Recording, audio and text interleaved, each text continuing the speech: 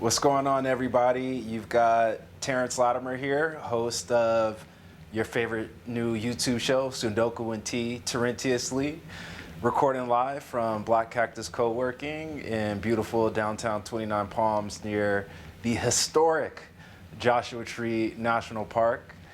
We've got a good energy episode today, if I'm being perfectly honest with you. I'm feeling very zen right now, which is very in line, in my opinion, with today's book.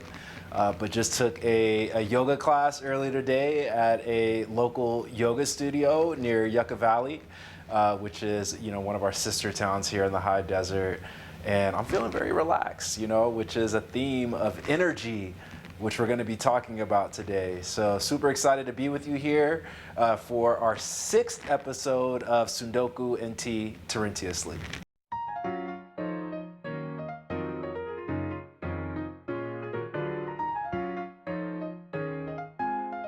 And it wouldn't be an episode of Tsundoku and Tea, Torrentously without the tea, right? Which we talk about. The Japanese concept of Tsundoku is a reminder for us to or encourages us, I should say, to breathe slowly. And what better way to do it without some with some delicious tea? So today we are drinking a organic ginger ale tea by Traditional Medicinals, excuse me. And this tea reads, originally the term gingerbread simply referred to preserved ginger and came into fashion during the era when many herbs and spices were introduced to Europe. Over time, gingerbread evolved into the hard cookie-like gingerbread that is used at the holidays to create gingerbread houses. Well loved for thousands of years as a spice and a confection and a warm and spicy holiday tea, we love the way this holly jolly ginger ale tea will soothe your digestion and warm up your spirits. Not that we need any additional heat out here in the desert, you feel me? But I'm super excited for this tea. I'm actually a really big ginger lover. I love ginger juice, ginger shots. I love eating ginger with my sushi. You know what I'm saying? So let's go ahead and have a nice sip of our ginger ale tea. Oh yeah, let's go.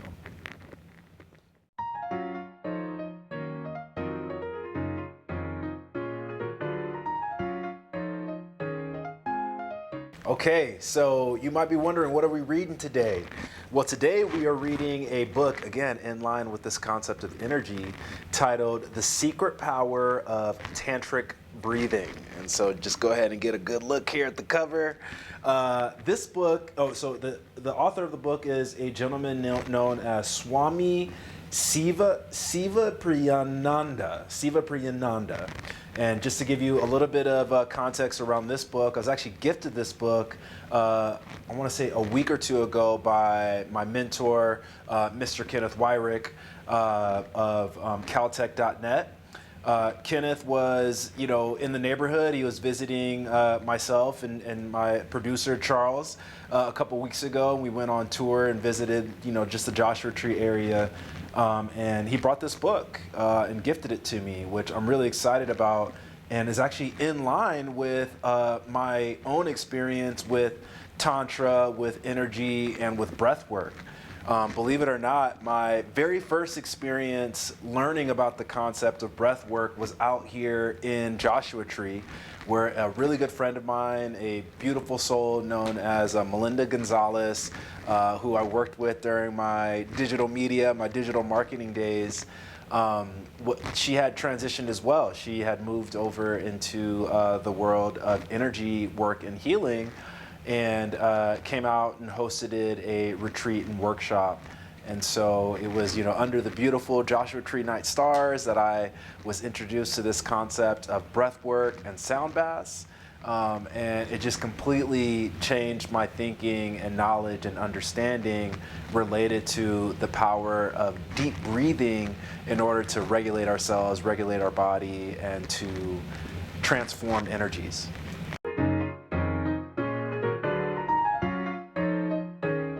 Okay, so we're going to dive into the contextualization of the book. I always like to talk about the quantitative, the math stuff, right? But before we hop into a number of pages, let's go ahead and learn a little bit more about the author and the book itself.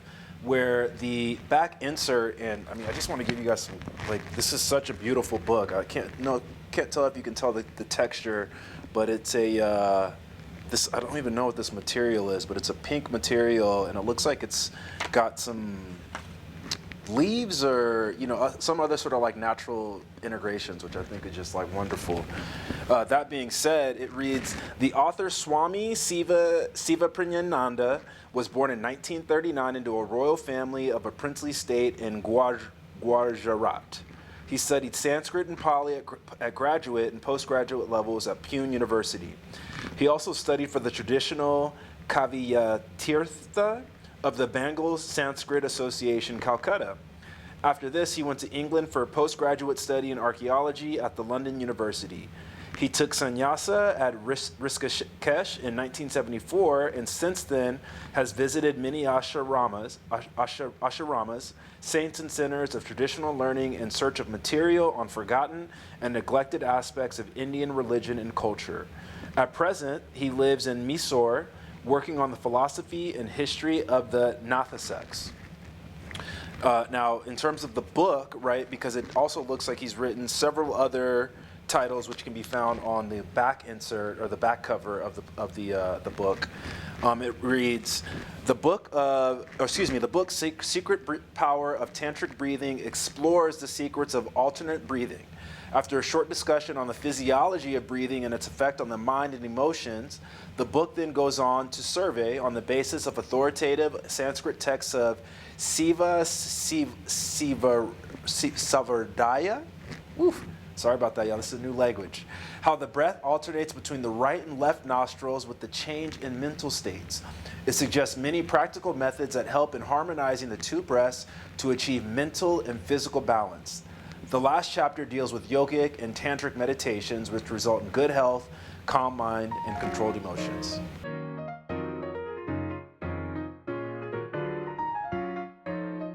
Okay, so, and again, we talk about the yoga, right? Which, when I first learned about the Tantra, I didn't know what the heck it was, if I'm being perfectly honest with you.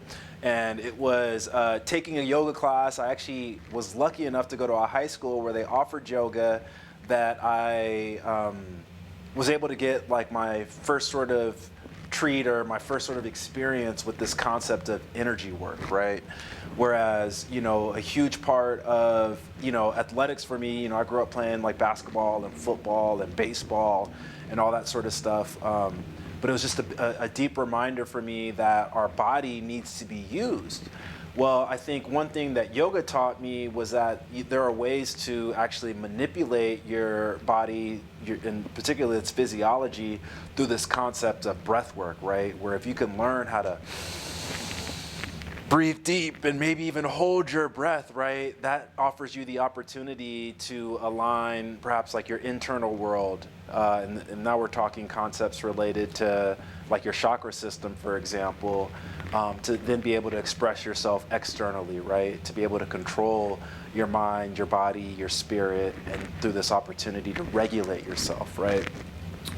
So really excited, and you know, if these concepts sound like a little bit woo-woo and wonky to you, like I'm totally cool with that. These are terms that, you know, are just words in other languages that I would encourage you to study. And what do we have here? We have a bibliography which encourages you in this particular book to identify other books, other texts, other concepts, right, that could help train and, you know, help you learn. And then it also includes an index, right? And so again, you know, as through this concept of Tsundoku and tea, like such this process of reading comes in the form of learning new words and concepts, phrases that are unfamiliar to you, and then picking up a dictionary, damn it. You know, taking your time in order to expand your vocabulary in order to understand and learn new words that then you can apply to the way that you approach your world, right? So, you know, as we're mindful, this book is not super heavy. It's only, it looks like about 95 pages or so, and is broken into about 5 chapters, nothing crazy. Which includes a color illustration, some line drawings, an introduction. This first section or second section titles Savardaya Shastra is probably like the bulk of the book, and then it moves into the tantric and yoga background, and then from there it's the bibliography and the index. It's a pretty short book. All right, so we're gonna get into the meat and potatoes of the book. I do want to comment that, this book was first published in 1983. There was a revised version in 1996, and this was republished in 2005. And this even looks like an older edition. There might be a new edition, right? Which, if we're then mindful of this concept of information, information has the ability to mature into knowledge and then ultimately wisdom. And so, I think it's a testament to the standing power of this book and related concepts in that, they revise it based off of updated and new information and research, for example. But as we move into the contents, and I certainly want to include some high quality images, with the video that we released to you all. But it includes like some really wonderful, some beautiful illustrations that provide some context to the physiology and the breathing techniques that we are going to be learning about. And so I'll go ahead and share one here, right, which is this very sophisticated image of a man sitting down, and provide some contextualization to, you see this one right here, right, a little bit closer, provide some contextualization to the way that your energy moves through your body, which is actually, I'm geeking out right now because it's actually very exciting. Now, next up, and I suppose like what I really want you to remember is that, we're grown-ups here, but you can read books with pictures in it. You know what I'm saying? Like, that's not a big deal. You feel me? And so, if you read something, as you are reading, some of these chapters and you want to go back because something clicks for you, like I totally want to encourage you, right? The goal is to take these text-based words and to establish the mental picture or to match the mental picture in your head. So again, just some wonderful images that, I would encourage you to review. You know what I'm saying? Like, I'm not a production guy, y'all, so I'm having to do both cameras, you feel me? But that being said, it's just, I think that it's a really good precursor to, what it is that we're going to be reading about today, which is exciting. Okay, so we're just going to go ahead and get started with the introduction.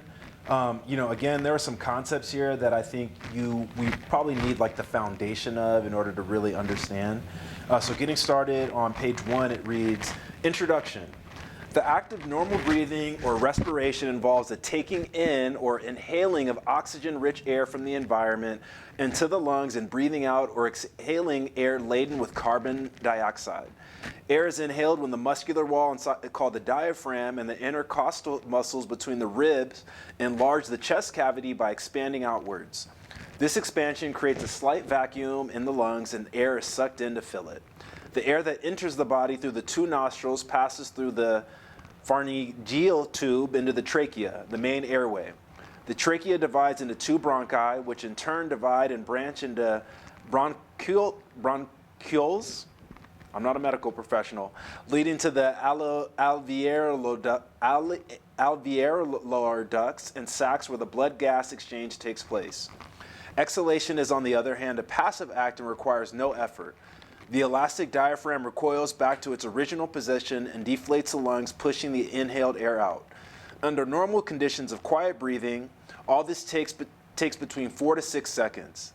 Generally, breathing is an automatic process that goes on at the rate of 10 to 15 breaths every minute without our having to pay conscious attention to it. This automatic nature of breathing is very essential to our survival, as each and every cell in our body needs to be constantly supplied with oxygen.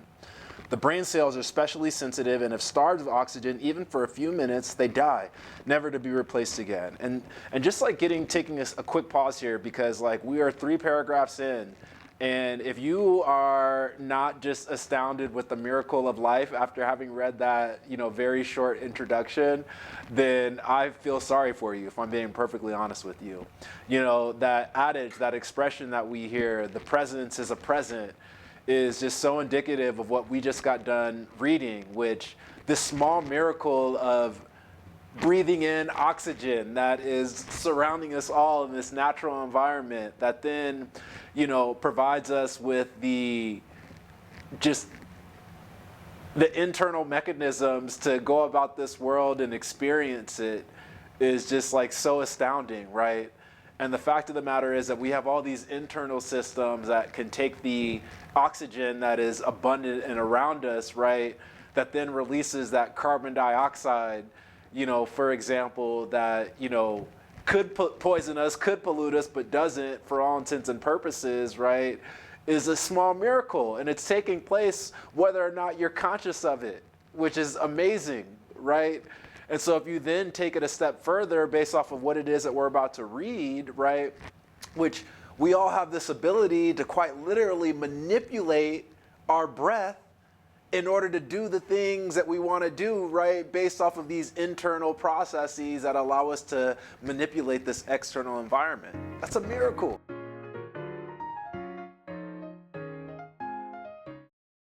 So we just got so many bars right there that, you know, and this is such a good technique for us to all remember, is the power of the breath. So before we dive into the next section of the book, let's go ahead and do a little bit of breath work together. We're going to take a deep breath in, we're going to hold it, right, and then we're going to release. 1, 2,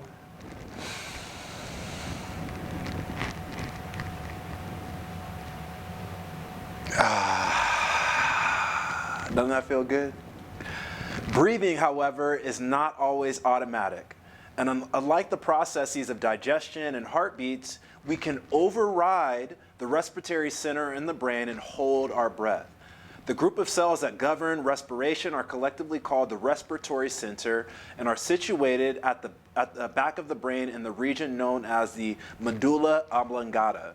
And I only remember how to pronounce medulla oblongata because I used to watch Adam Sandler all the time. This center has nerve connections to higher centers of the brain and spinal cord, and therefore the emotional states of our brain profoundly influence breathing.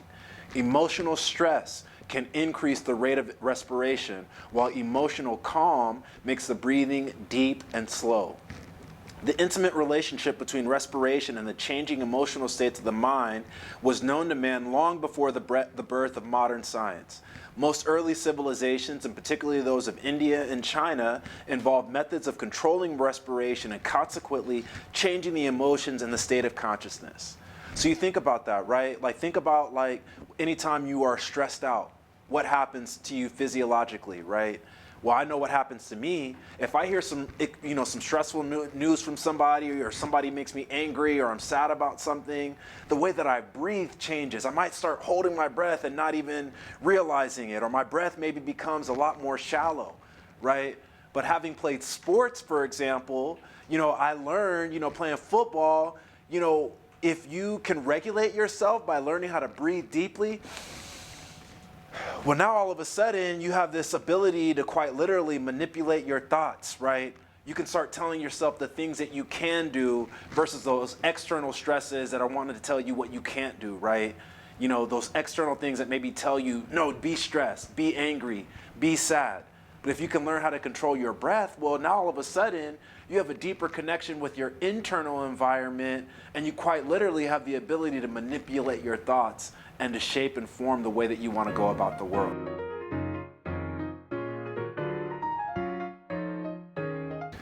Very fast and deep breathing over long periods results in too quick a loss of carbon dioxide.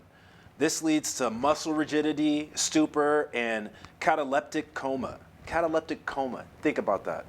Many religions use prolonged chanting, shouting, singing, and dancing to induce trance-like states. A method of increasing the carbon dioxide content of blood is slow breathing.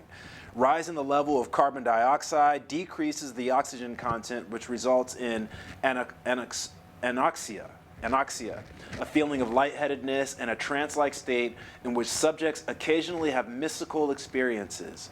Meditation and the yogic method of pranayama both attempt to regulate the carbon dioxide and oxygen ratio of the blood in order to induce mystical states. And so we're going to go ahead and wrap up here. But, you know, hopefully this was an encouragement to you to remember, you know, just how much of a miracle your body is, right? And that being said, if you can become more in tune with the body's ability to breathe, well, you quite literally have this opportunity to enhance not only your physiology, right, but you have the ability to enhance your spirit. You have the ability to enhance your mental state. You have the ability to have deeper conversations with people based off of your ability to regulate your levels of stress, which is so incredible. And ultimately, my recommendation to you. So I'm going to keep reading here myself, but I invite you to pick up a copy of The Secret Power of Tantric Breathing and join me on this journey of being able to regulate ourselves by breathing better.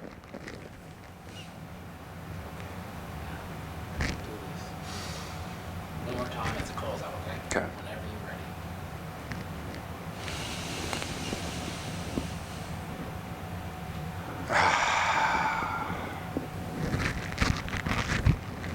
Cheers to you.